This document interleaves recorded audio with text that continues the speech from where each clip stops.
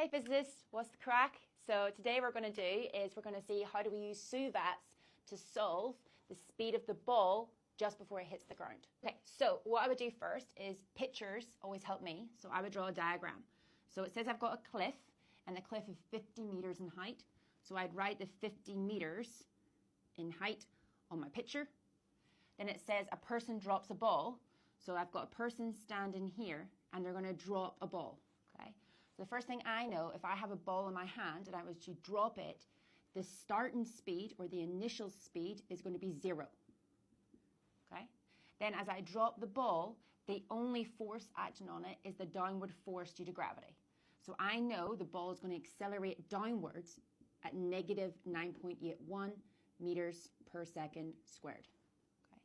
So what I do then to find the speed just before it hits the ground, I'm going to use my SUVATs.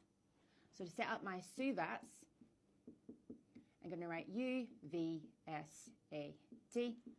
Okay, so I know the initial speed is 0. The final speed is what I'm trying to calculate out.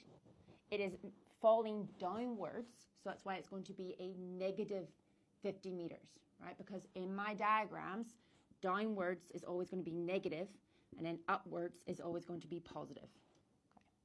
So it's falling downwards 50 meters. I know the acceleration is always downwards due to gravity. Things always accelerate towards the center of the Earth.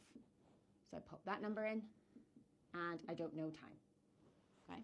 So I think for my SUVATs to see what SUVAT I have on my data sheet that has U, V, S, and A in it. And then when I look through them, the one that makes sense is V squared equals U squared plus 2AS. So I just fill it in my data. So I have V squared equals 0 squared plus 2 times negative 9.81 times negative 50. Okay, so then 0 is just 0.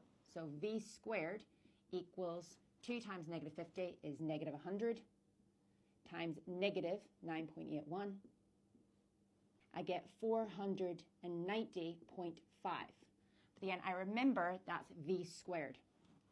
So in order to find just what V is, the final speed, and you take the square root of this answer, and when I take the square root of this answer in my calculator, I get 22.15 meters per second. Okay, and that's then the final speed of the ball just before it hits the ground.